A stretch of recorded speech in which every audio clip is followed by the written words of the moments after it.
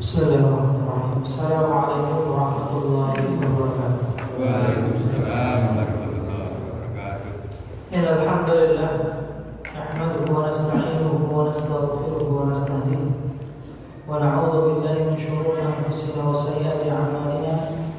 May yahdihillahu fala mudilla lahu wa may yudlil fala hadiya lahu.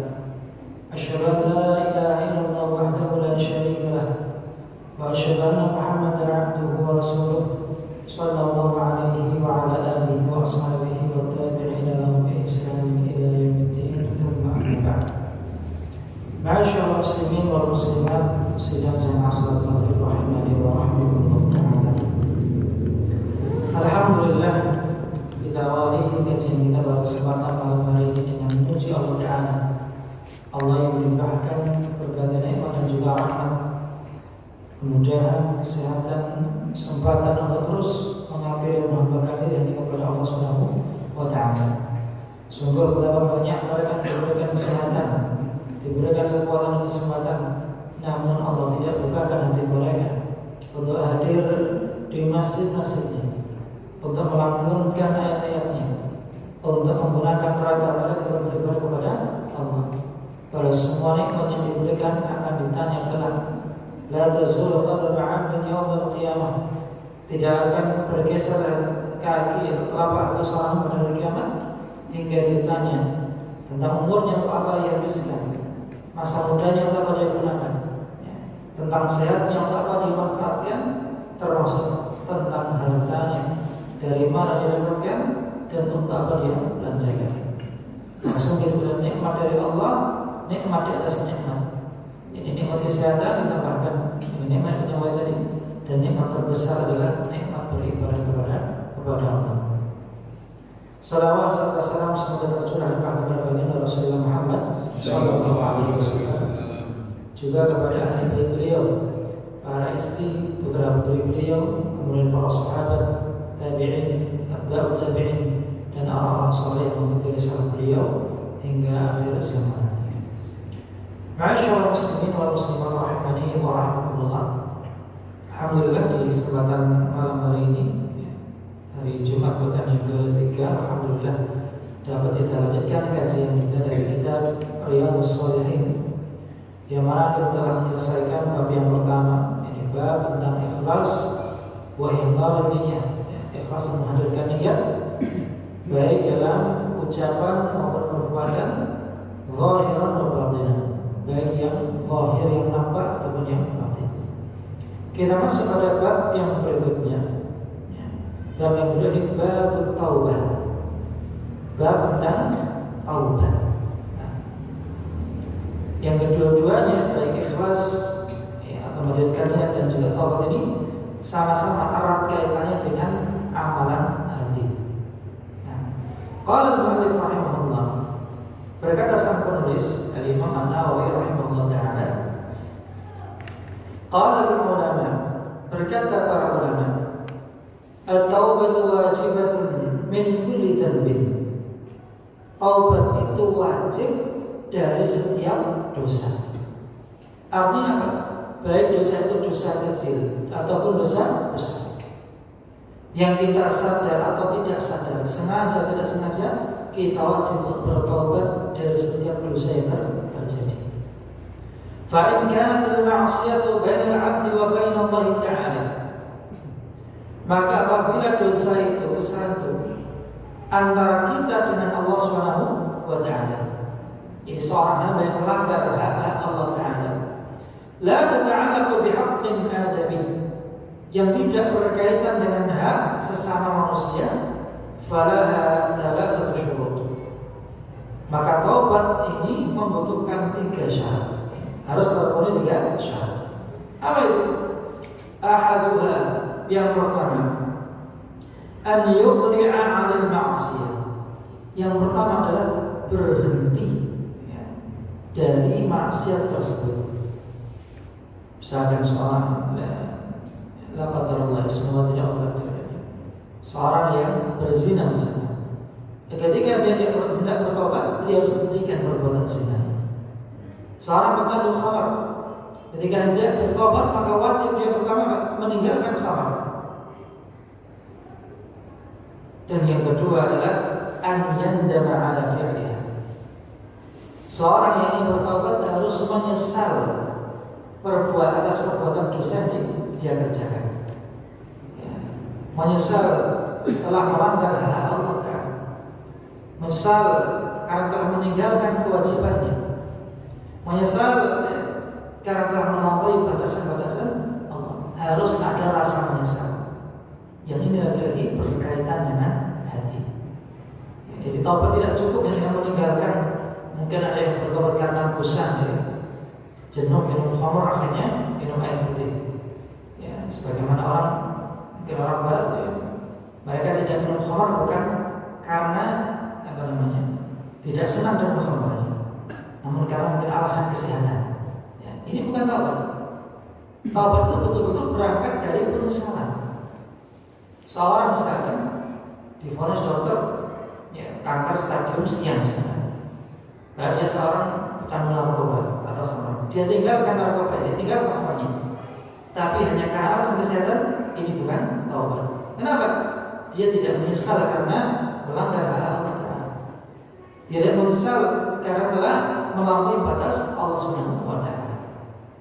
Dan syarat yang ketiga, an ya'zima an la ya'uda ilaiha abadan. Dia harus bertekad, berazam untuk tidak kembali pada dosa yang sama selamanya. Ya, meskipun yang namanya manusia itu tergelincir, itu hal yang biasa. Ya. Bahkan ada ulama yang menyebutkan jika saja seorang itu berbuat dosa, dia ulang lagi, selama di akhir dia bertobat, maka ada kesempatan dia diampunkan Allah Subhanahu wa Ta'ala. Namun sekali tobat bukan untuk bermain-main. Ya, menghadirkan azab dan tekad ini adalah sebagai penguat bahwa kita bersungguh-sungguh dalam bertobat. Ya, bukan dalam istilah kapok lomba ini. Ya, kapoknya ketika merasakan pedesnya, kapoknya ketika terkena azab, kapoknya ketika berkurang ya, sehatnya, hartanya atau yang lainnya. Ketika kembali bertambah hartanya, ketika kembali sehat, kembali bermaksiat. Ini belum disebut sebagai taubat yang sebenarnya. Yang mana tegaskan di sini, fa in fuqida ahadu thalatha. Apabila satu saja dari tiga syarat ini ada yang hilang, tidak terpenuhi, lam tasih taubatuh, maka tidak sah taubatnya.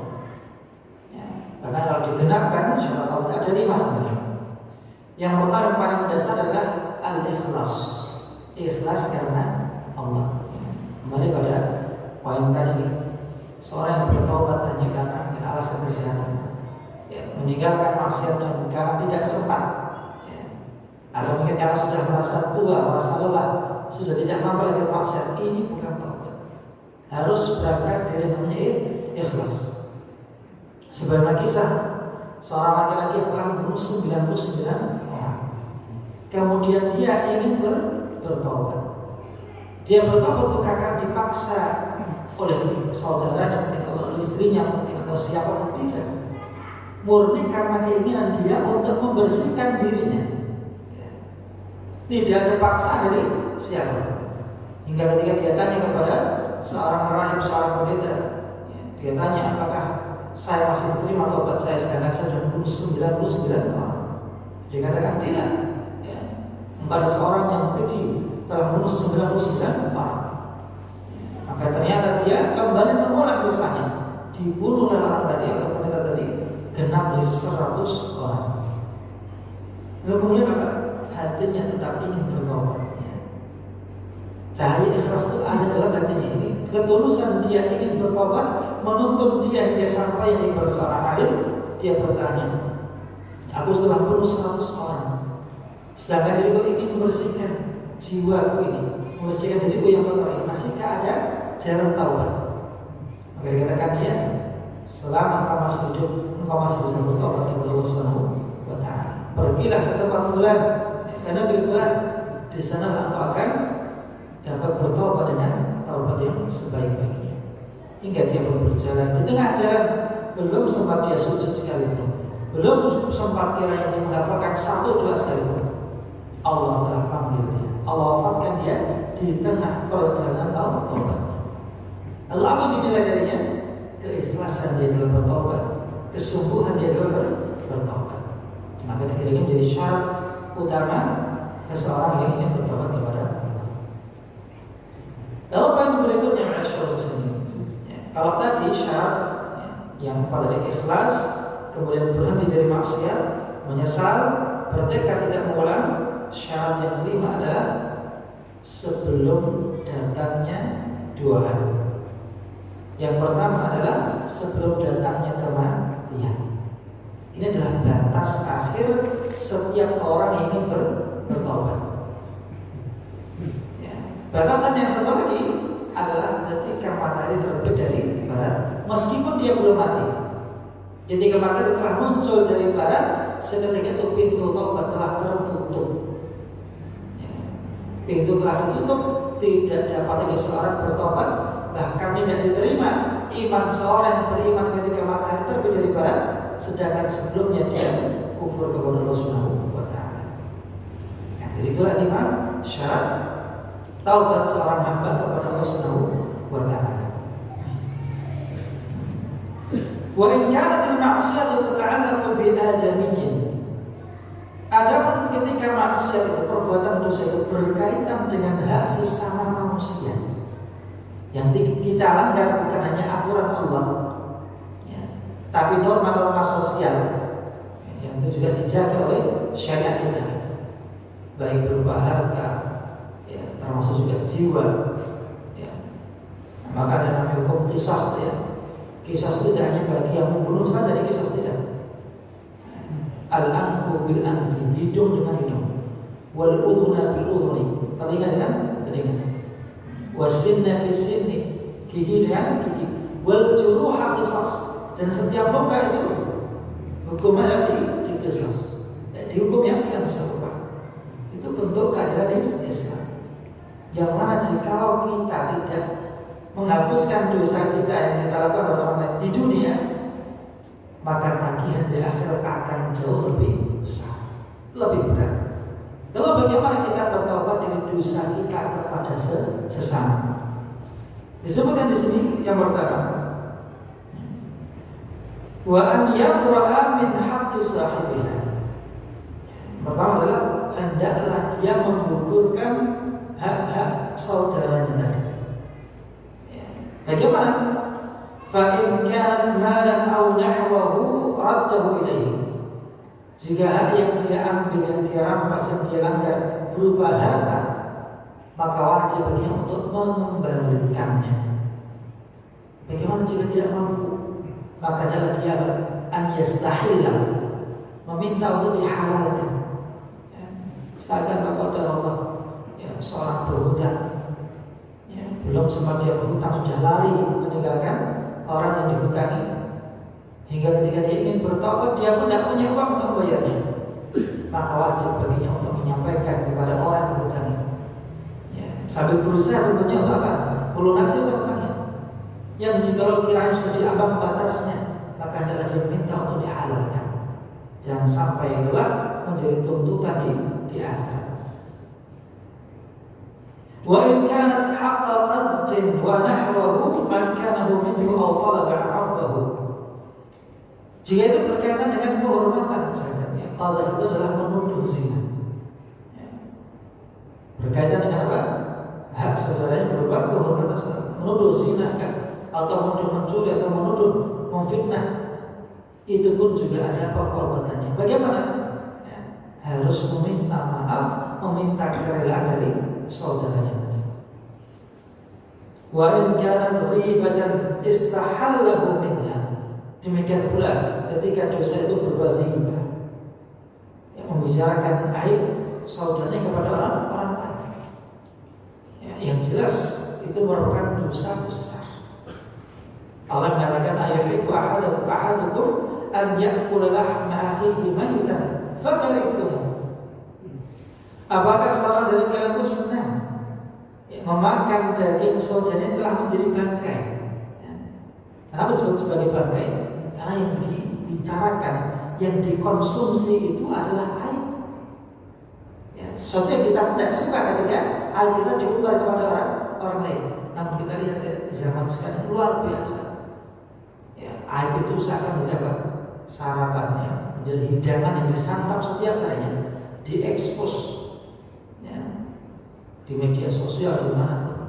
Padahal semestinya tidak demikian. Siapa di antara kita tidak punya aib, tidak punya kesalahan? Maka lebih penting bagi kita adalah menutup aib kita dengan satir Allah Subhanahu wa Ta'ala daripada mengumbar aib orang lain yang itu akan berbalik pada diri kita sendiri. Nah, yang sekali taubatnya seorang yang menghibah adalah an yastahillah, ya, meminta dihalalkan, meminta dimaafkan. Ya, yang juga termasuk di antara bentuk pertaubatannya adalah apa? Dzikrul mahasini, menyebutkan kebaikan-kebaikan orang yang telah kita ghibah. Nah, seringkali sebenarnya ghibah itu terjadi bukan karena keburukan semata orang yang disebutkan, namun karena kedengkian, rasa tidak senang yang dalam hati. Nah, kemudian disebutkan wa yajibu an yatuba min jami'i dzunub. Dan wajib bagi setiap muslim, setiap insan untuk bertobat dari segala bentuk dosa. Fa in taaba min ba'dihha sahhat taubatuhu 'inda ahli al-haqq. Apabila seorang bertobat dari sebagian dosanya, maka taubatnya itu pun sah, diterima. Wa baqiya 'alaihi al-baqi. Namun dosa yang belum dia taubati tetaplah menjadi beban bagi dirinya. Wala taziru waziratun wizra ukhra. Dan seorang tidak akan memikul dosa orang lain kecuali ada kecualinya. Orang yang mengajak orang lain untuk berbuat dosa, maka dia memikul dosa orang lain tanpa dikurangi dosa orang yang mengikutinya. Ya, itu konsekuensi. Jadi mereka yang mengajak kepada kebatilan, mereka adalah orang yang paling berat bebannya kelak di akhirat. Bukankah Rasulullah SAW menyampaikan man sanna sunnatan hasanatan, barang siapa yang mencontohkan suatu perbuatan baik, falahu ajruha, maka baginya pahala karena dia mengerjakan kebaikan tersebut, wa ajru man 'amila biha ila yaumil qiyamah, dan baginya pula bonus pahala dari orang lain yang mengerjakan kebaikan tersebut. Min ghairi an yanqusa min ujurihim syai'an, tanpa sedikit pun Allah kurangi pahala orang yang mengerjakan. Kita ngajak orang lain, ayo sholat, ayo ngaji, ayo puasa, ayo sedekah, hanya mengajak. Nah, kan kita tidak modal mengeluarkan satu untuk orang lain, tidak. Modalnya hanya mengajak. Itu akan jadi multi level pahala. Istilah multi level marketing itu. Ini kita ada multi level pahala. Kita mendapatkan transfer pahala tanpa kita harus beramal. Ya. Bagaimana kita bisa mengamalkan amalan 100 orang atau bahkan mungkin 1000 orang, sedangkan kita cuma punya satu rakaat? Caranya dengan tadi memperbanyak contoh yang baik. Ya, kalau dalam Islam ini ada best practice, gitu ya. Gitu ya. Hal baik yang belum dicontoh ditularkan kepada orang lain. Nah, sebaliknya, oman sana sunatan sayyi'atan, barang siapa yang mencontohkan suatu perbuatan yang buruk, fa'alaihi wizruha, yang pertama dia mendapatkan dosa atas perbuatan buruk tersebut, wa wizru man 'amila biha ila yaumil qiyamah, dan dia mendapatkan dosa orang yang mengikuti keburukannya tadi sampai hari kiamat. Bukan cuma satu keturunan, satu generasi atau 7 generasi, sampai hari kiamat. Min ghairi an yanqasa min ujurihim syai', min athamihim syai', tanpa Allah kurangi sedikit pun dari dosa orang yang mengikuti mereka. Maka mereka adalah orang yang paling berat kelak siksanya di akhirat, karena memikul tambahan dosa dari orang yang mengikuti kebatilannya. Waqad dhahara tadailul kitab wa sunnah wa ijma'il ummah. Dan sungguh telah banyak nampak dalil-dalil dari Al-Quran, dari As-Sunnah, juga kesepakatan para ulama ala wujub taubat, atas kewajiban bertobat. Di antaranya firman Allah Ta'ala dalam surat An-Nur ayat 31. Wa tubu ila Allah jami'an ayyuhal mu'minuna la'allakum tuflihun. Dan bertobatlah kepada Allah jami'an, kalian semua, ayyuhal mu'minun, wahai para hamba yang beriman, la'allakum tuflihun, agar kalian beruntung. Beruntung di sini tentu adalah beruntung di dunia dan juga di akhirat. Yang mana keberuntungan itu bukan dengan banyaknya harta, bukan orang yang selalu sehat, itu bukan jaminan beruntung. Beruntung adalah ketika seseorang selamat di akhirat. Itulah visi seorang muslim, jauh ke depan ke kehidupan akhirat, bukan berhenti di kehidupan dunia. Wa qala ta'ala, juga firman Allah Ta'ala dalam surat Hud ayat yang ketiga, Istaghfiru rabbakum thumma tubu ilaihi.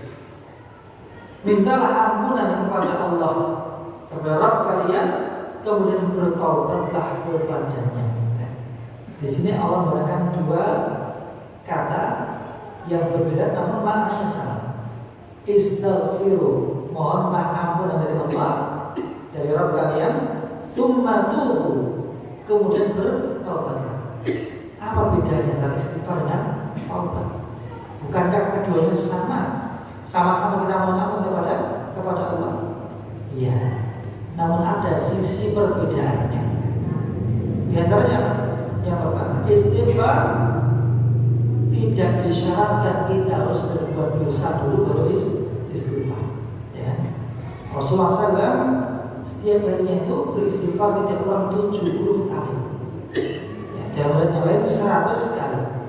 Apakah maknanya berarti setiap hari Rasulullah berbuat dosa? Namun istighfar ini berlaku bagi dosa yang telah lalu maupun yang akan datang. Yang kedua apa? Istighfar ini tidak dibatasi oleh waktu. Kalau taubat tadi dibatasi waktunya apa? Ketika seorang dari amal ajalnya, yang kedua tenggelamnya matahari dari barat. Sedangkan istighfar ini bahkan ketika seorang telah meninggal, dia masih bisa mendapatkan pahala istighfar. Dari siapa? Dari siapapun yang mohonkan ampun untuk dirinya. Kalau khusus siapa? Putranya, anaknya. Ya.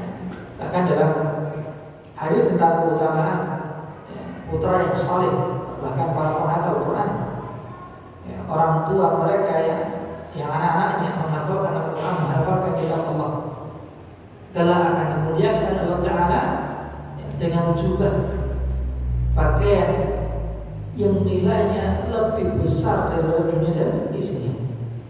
Dikenakan pula kita juwaqar, mahkota kemuliaan, mahkota dari cahaya.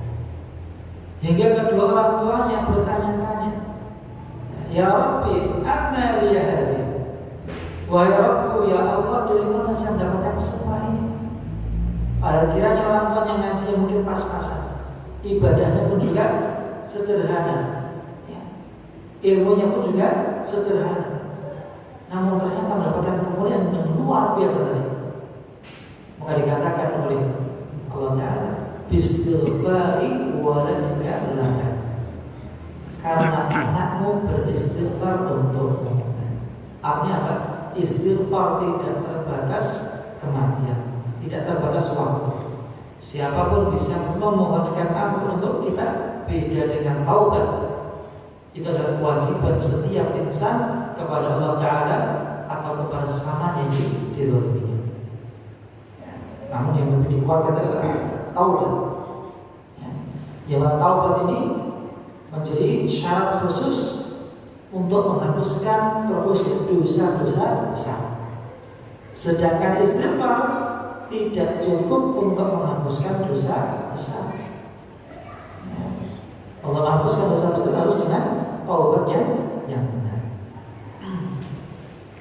Wa qala ta'ala, juga firman Allah Ta'ala dalam surat At-Tahrim ayat 8. Ya ayyuhalladzina amanu tubu ila Allahi taubatan nasuha. Wahai orang beriman, bertaubatlah kalian kepada Allah dengan taubat yang benar. Ini perintah Allah Subhanahu wa taala agar kita bersungguh-sungguh dalam bertaubat. Salah satu taubat nasuha bukan sembarang taubat, harus taubat yang sungguh-sungguh, bukan pertaubatan yang hanya sekedar main-main. Lalu faedah daripada ayat dan juga hadis yang tadi. Yang pertama adalah an takuna taubah fi zamanin tuqbalu fihi at-taubah. Bahwasanya taubat itu akan diterima pada masa atau pada waktu ketika masih dalam lingkup kesempatan taubat. An-naw'ul awal, waktu yang pertama atau bagian yang pertama, bi'atibari kulli insanin bihasabihi. Ini berdasarkan kesempatan setiap orang. Ya, setiap orang. Fala budda an takuna qabla hulul maut. Yang mana taubat bagi setiap orang itu batasnya adalah sebelum datang kematian. Kemudian yang kedua, bi'atibari umumin nas. Pertaubatan yang bersifat umum bagi seluruh manusia. Kalau bagi setiap orang kan berbeda. Dari satu orang yang lainnya berbeda. Jatah umur kita dengan anak kita, dengan istri kita, dengan suami kita itu berbeda. Maka berkaitan atau erat kaitan dengan masing-masing tadi. Adapun yang kedua ini adalah bersifat umum.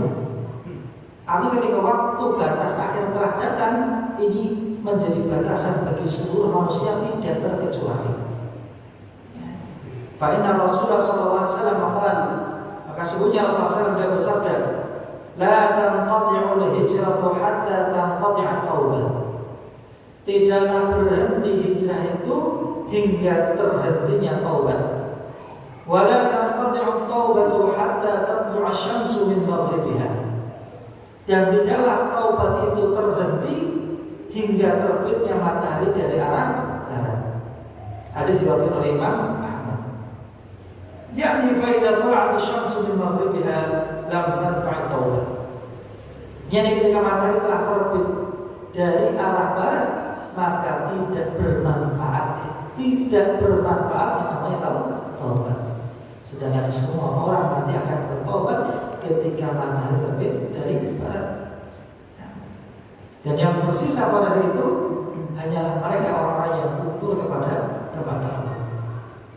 Karena sebelum terjadi kiamat kubra itu, ketika syiar Islam, syiar agama ini sudah seakan lenyap dari muka bumi, mereka yang beriman betul-betul jadi minoritas, sangat kecil, sangat sedikit.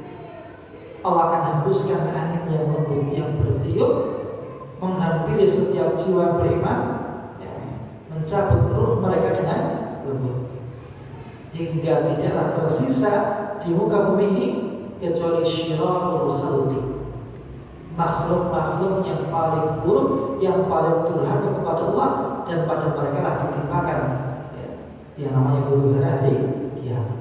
Nasallallahu alaihi.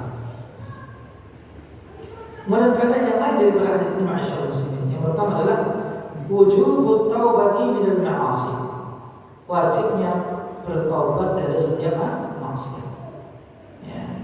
Apalagi Allah Ta'ala menyebutkan tidak dalam satu ayat, perintah untuk bertaubat. Bahkan bukan hanya segera bertaubat, segera bertaubat.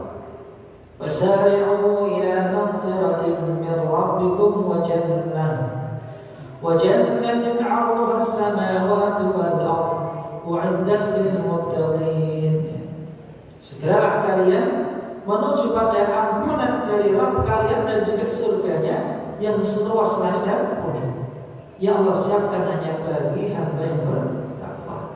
Perintah yang jelas, wasa'u, bersegeralah. Faedahnya agar kita tidak menunda-nunda taubat.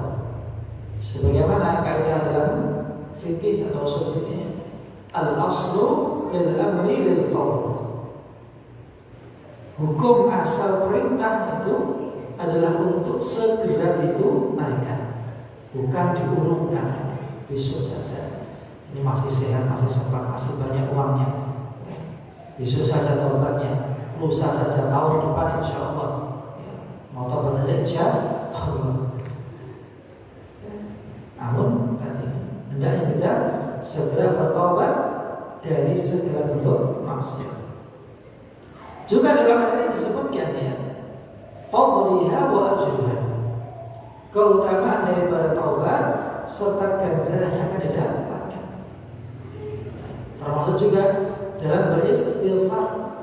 Nabi Nuh ketika mendakwahi kaumnya, beliau menyampaikan kabar peringatan sekaligus kabar gembira. Faqultu astaghfiru rabbakum innahu kana ghaffara. Maka katakan kepada kalian, istaghfiru rabbakum, mohonlah ampun kepada Rabb kalian, kepada Allah. Innahu kana ghaffara, karena sungguhnya Allah Ta'ala itu adalah Maha Pengampun. Yursilis sana 'alaikum midrara, yang kalau kalian mau taubat kepada Allah, mau istighfar kepada Allah, Allah akan mengirimkan hujan yang lebat. Yursilis sana 'alaikum midrara wa yumdidkum bi amwalin wa banin. Allah akan limpahkan bagi kalian. Yumdid itu kata mada yang berdua, membentangkan, meluaskan. Apa? Bi amwal, rizki berbahagia. Wa banin, anak-anak yang menyenangkan hati. Wa yaj'al lakum jannatin wa yaj'al lakum anhar. Allah akan tumbuhkan untuk kalian jannat. Jannat itu adalah kebun-kebun, tanah-tanah. Wa yaj'al lakum anhar. Allah akan alirkan untuk kalian sungai-sungai. Karena semua tadi adalah berarti sumber kehidupan. Manusia yang paling senang, paling nyaman adalah ketika melihat suasana yang nanggung, warna-warna hijau dari pohonan, daunan, gemericik air yang mengalir. Itulah hal yang menyejukkan hati. Bukankah mereka yang di perkotaan, di tengah pelat mereka mencari selingan liburan, yang ke puncak, yang ke gunung. Setiap hari Sabtu akan mesti kawasan ke atas mesti penuh dengan mobil. Kenapa? Mencari ketenangan. Yang itu semuanya ada di dalam surganya Allah Ta'ala. Yang Allah sudah sampaikan, surga-surga yang mengalir di bawahnya sungai-sungai, ya, dengan tumbuhan dan tanamannya, kutufuha daniyah, yang tangkainya itu begitu landai. Ibaratnya kalau sambil berbaring pun kita bisa memetik buah-buahan surga. Siapa yang tidak senang? Itulah motivasi dari Allah Ta'ala agar kita semangat untuk bertobat kembali kepada Allah, sebagaimana Allah senang, Allah sangat cinta ketika hambanya mau bertobat kepada Allah Subhanahu wa Ta'ala. Faedah yang lain adalah at-taubatu sababun lil falah. Taubat adalah sebab kita mendapatkan keberuntungan. Wal muwaffaq min ibadillahi ta'ala, dan hamba yang diberikan taufik, diberikan petunjuk oleh Allah, man sa'a ila babin min abwabil falahi falazimah, adalah hamba yang dimudahkan untuk mengejar, untuk mendatangi pintu dari pintu-pintu keberuntungan, dan dia pun melaziminya, bersungguh-sungguh dapatkannya. Yang kita cari apa di dunia? Kalau bukan keberuntungan, ya, ada istilah hoki lah, ada istilah cuan dan sebagainya. Kan yang dicari apa? Keberuntungan itu. Yang keberuntungan semua itu di antara sebabnya adalah ketika kita bertaubat kepada Allah. Kenapa sering seorang itu butuh ketika mendapatkan permasalahan? Barangkali karena dosa dia kerjakan. Wa inna rajula la yahrum aw la yuhram min rizqi bi dhanbi yusibuhu. Sehingga seseorang itu terhalang daripada rezekinya hanya adalah karena dosa yang dia kerjakan. Bahkan para ulama dahulu itu saking sensitifnya mereka akan dosa mereka berbuat. Ketika terjadi sesuatu pada diri mereka atau keluarga mereka, segera mereka teringat. Ya. Ada yang mengingat bahkan dosanya 30-an tahun yang lalu. Dia ketika merasakan ya, adanya hal yang tidak menyenangkan, teringat dia akan dosa yang lalu. Menandakan apa? Mereka sering introspeksi. Mereka segera bertobat. Sedangkan ketika manusia saking banyak dosa lupa dosa apa yang telah dia kerjakan. Namun semua nanti akan kembali diingat ketika telah dia kiamat. Nasallahu. Kemudian kita masuk pada hadis yang pertama dan kedua. Wa 'an Abi Hurairah radhiyallahu anhu qala, dari sahabat Abu Hurairah radhiyallahu anhu dia berkata, sami'tu Rasulullah sallallahu alaihi wasallam yaqul, aku pernah mendengar Rasulullah sallallahu alaihi wasallam dia bersabda, wallahi demi Allah, inni la astaghfirullah wa atubu ilaihi fil yawmi akthar min 70 marrah. Demi Allah, setiap hari aku beristighfar, bertaubat kepada Allah lebih dari 70 kali. Lebih dari itu. Ada tidak terbatas pada angka 70, namun lebih daripada 70. Hadis riwayat Imam Bukhari. Kemudian hadis yang lain, wa 'anil Adharri ibn Yasar al-Muzani, dari Al-Adhar ibn Yasar al-Muzani radhiyallahu anhu dia berkata, qala Rasulullah sallallahu alaihi wasallam, Rasulullah sallallahu alaihi wasallam bersabda, ya ayyuhan nas, wahai sekalian manusia, tubu ilallahi wastaghfiru, bertaubatlah kalian dan mohon ampun kalian kepada Allah. Fa inni atubu ilaihi fil yaumi mi'ata marrah, sesungguhnya aku bertaubat kepada Allah setiap harinya 100 kali. Hadis riwayat Imam Muslim. Nah, inilah contoh daripada Rasulullah Muhammad SAW. Bahwa beliau perintahkan kita. Kalimat ya ayyuhan nas ini bersifat umum. Tidak hanya kepada para sahabat, tidak hanya kepada istri Rasulullah atau putra Rasulullah. Ini berlaku umum bagi setiap umat Nabi Muhammad.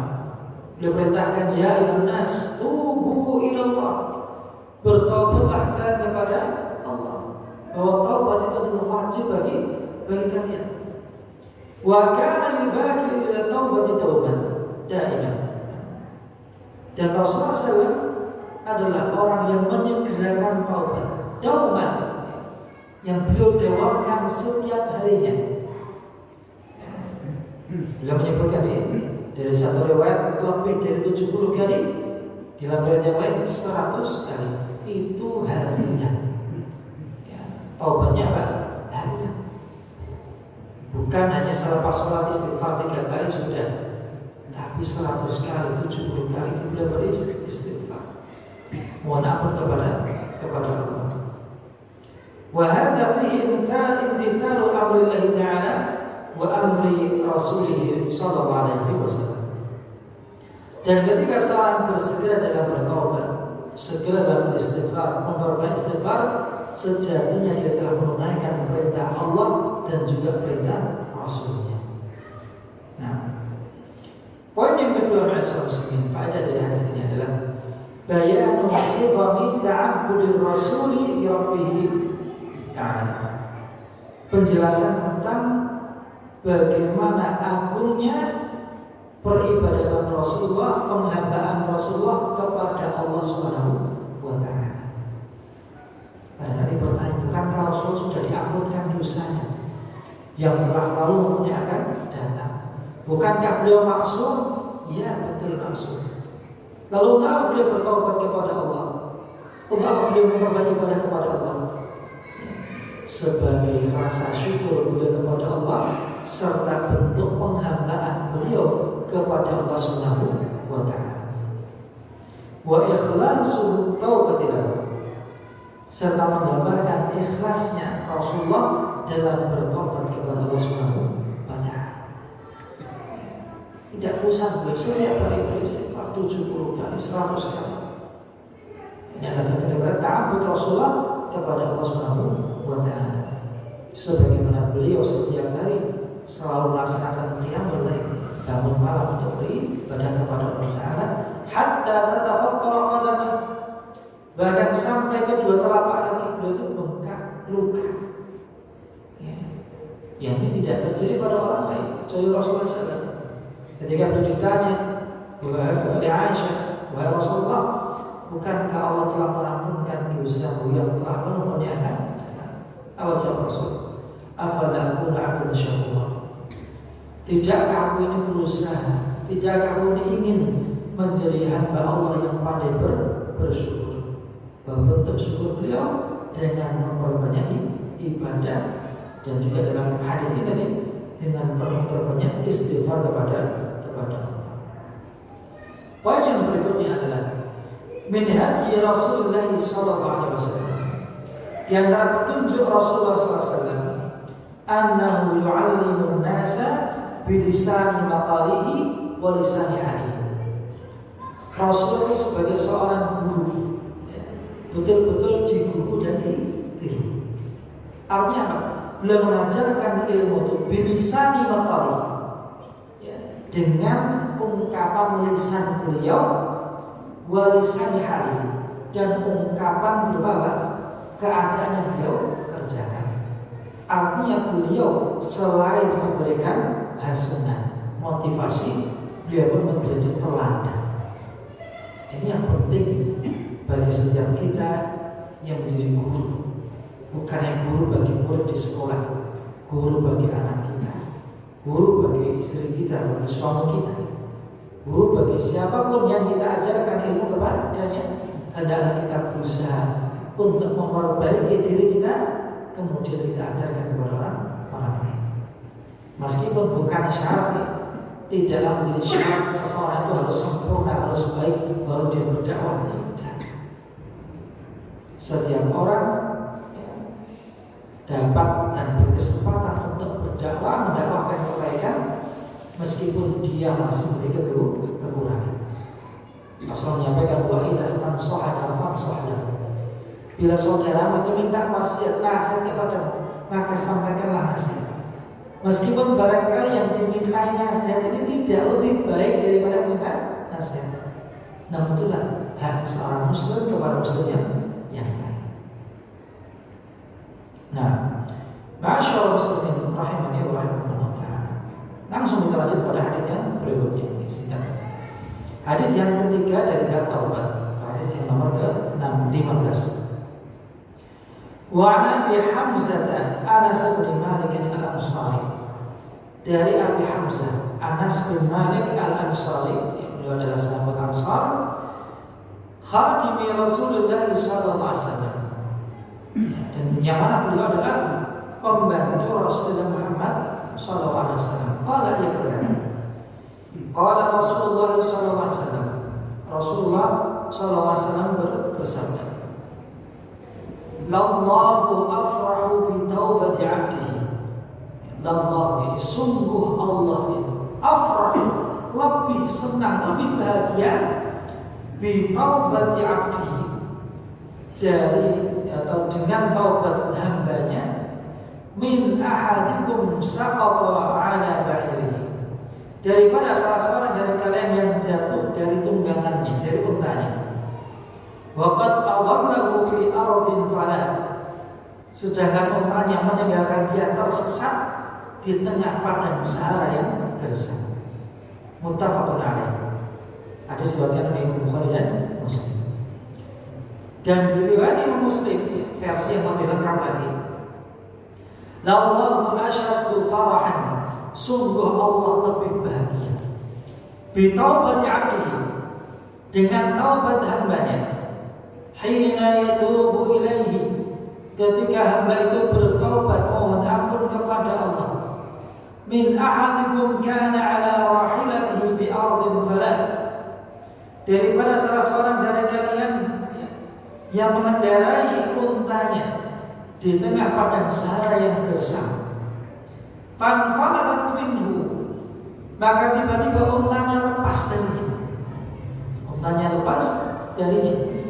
wa 'alaiha ta'amuhu wa syarabuhu, sedangkan di atas punggung unta tersebut terdapat makanan dan minumannya. Fa'isa minha, hingga dia pun telah berputus asa. Tidak ada yang menolong, tidak ada warga, tidak ada siapapun yang dekat pada sahara kecuali dirinya yang sebatang kara, sedangkan unta yang membawa bekalnya pergi meninggalkan dirinya. Dia pun berputus asa. Fa'ata syajaratan, dia pun berusaha untuk mencari tempat berteduh. Dia dapati satu pohon hingga dia pun beristirahat di bawahnya. Fadhaja'a fi dhilliha, dia pun berbaring di bawah pohon yang terjangkau tersebut. Waqad aisa min rahilatihi, sedangkan dia telah berputus asa, tidak ada lagi harapan untuk bertemu dengan untanya.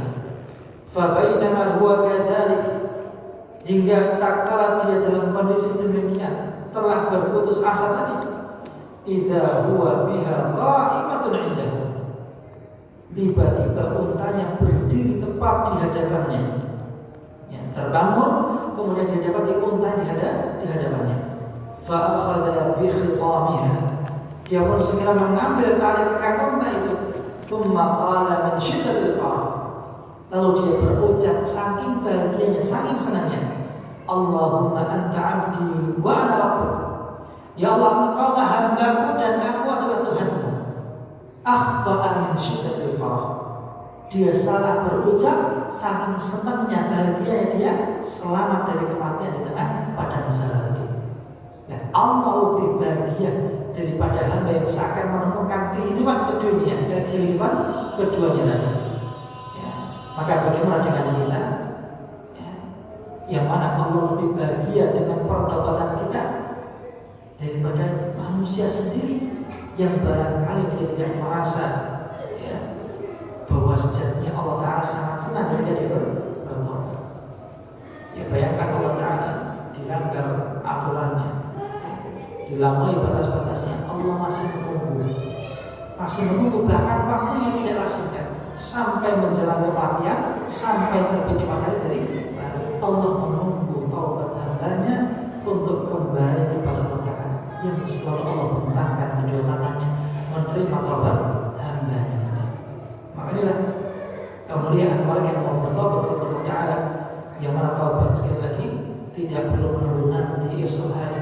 Maka segera kita bertobat kembali kepada Allah, jangan tunggu hingga datangnya batas akhir yang kita tidak tahu akankah kita mampu bertobat ya, sebelum datang kematian ataukah tidak.